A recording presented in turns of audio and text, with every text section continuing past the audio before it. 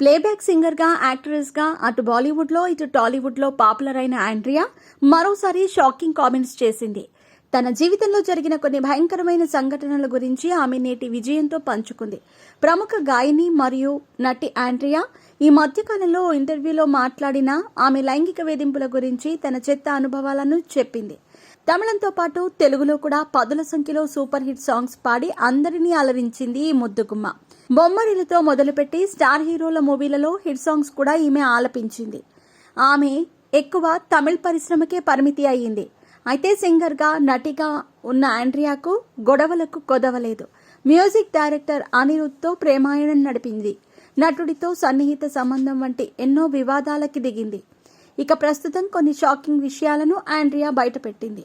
ఇంకొకసారి hot topic గా మారింది ఈ ముద్దుగుమ్మ.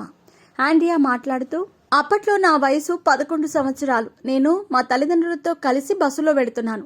నేను టీషర్ట్, జీన్స్ మాత్రమే ధరించాను. మా నాన్న పక్కనే నేను కూర్చొని ఉన్నాను. అప్పుడు ఎవరో నా టీషర్ట్ లోపల చెయ్యి వేసినట్టు అనిపించింది. నా టీషర్ట్లో ఎవరో చెయ్యి వేశారన్న ఊహ నేను భరించలేకపోయాను. ఇక నేను భయపడిపోయి వెంటనే అక్కడి నుంచి లేచి ఏమీ మాట్లాడకుండా భయంతో మా అమ్మ దగ్గర కూర్చొని ఈ విషయం ఎవరికి చెప్పుకోవటానికి కారణమేంటో నాకు అర్థం కాక నేను ఏడ్చేశాను. ఈ విధంగా తన లైఫ్లో జరిగిన కొన్ని సంఘటనలను పంచుకుంది.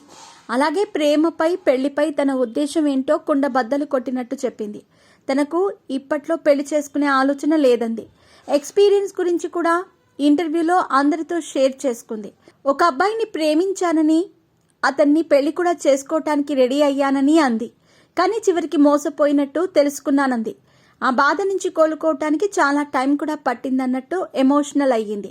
తన మాటలతో నెటిజన్లు మొత్తం నిశ్శబ్దంతో ఆమెకు ధైర్యం చెబుతూ ఆమెకు సపోర్ట్గా నిలిచారు.